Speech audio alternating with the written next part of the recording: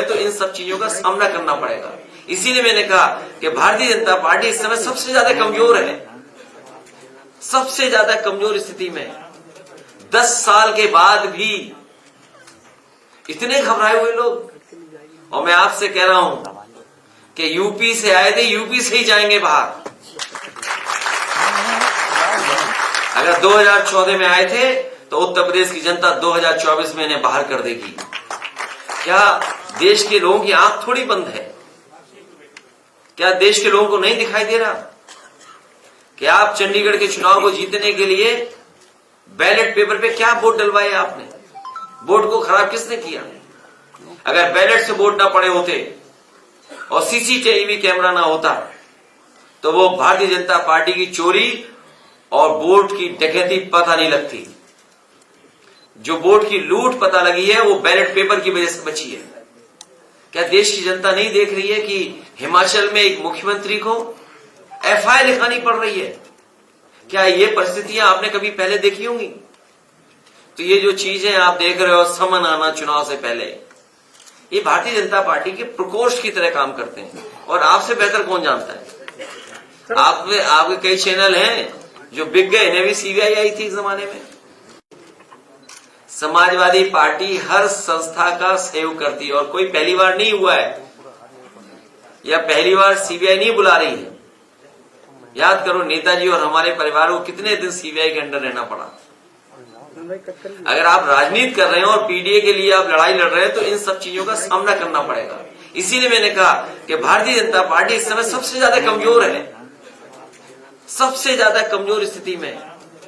10 साल के बाद भी इतने घबराए हुए लोग। और मैं आपसे कह रहा हूं कि यूपी से आए थे, यूपी से ही जाएंगे बाहर। अगर 2014 में आए थे तो उत्तर प्रदेश की जनता 2024 में इन्हें बाहर कर देगी।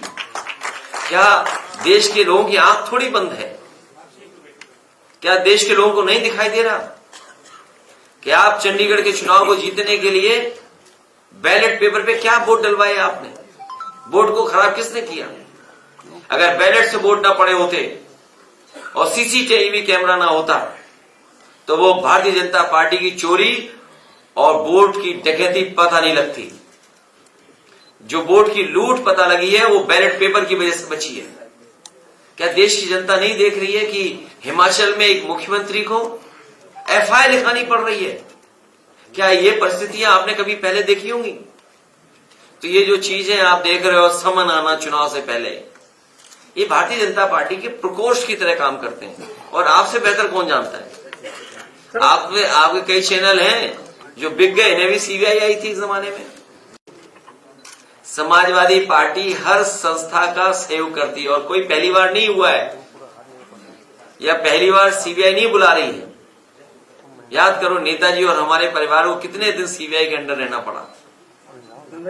अगर आप राजनीति कर रहे हैं और पीडीए के लिए आप लड़ाई लड़ रहे हैं तो इन सब चीजों का सामना करना पड़ेगा। इसीलिए मैंने कहा कि भारतीय जनता पार्टी इस समय सबसे ज्यादा कमजोर है, सबसे ज्यादा कमजोर स्थिति में। 10 साल के बाद भी इतने घबराए हुए लोग। और मैं आपसे कह रहा हूं कि यूपी से आए थे, यूपी से ही जाएंगे बाहर। अगर 2014 में आए थे तो उत्तर प्रदेश की जनता 2024 में इन्हें बाहर कर देगी। क्या देश के लोगों की आंख थोड़ी बंद है? क्या देश के लोगों को नहीं दिखाई दे रहा कि आप चंडीगढ़ के चुनाव को जीतने के लिए बैलेट पेपर पे क्या वोट डलवाए आपने? वोट को खराब किसने किया? अगर बैलेट से वोट ना पड़े होते और सीसीटीवी कैमरा ना होता तो वो भारतीय जनता पार्टी की चोरी और वोट की डकैती पता नहीं लगती। जो वोट की लूट पता लगी है वो बैलेट पेपर की वजह से बची है। क्या देश की जनता नहीं देख रही है कि हिमाचल में एक मुख्यमंत्री को एफआईआर लिखानी पड़ रही है? क्या ये परिस्थितियां आपने कभी पहले देखी होंगी? तो ये जो चीजें आप देख रहे हो, समन आना चुनाव से पहले, ये भारतीय जनता पार्टी के प्रकोष्ठ की तरह काम करते हैं। और आपसे बेहतर कौन जानता है? आपके कई चैनल हैं जो बिक गए, इन्हें भी सीबीआई आई थी इस जमाने में।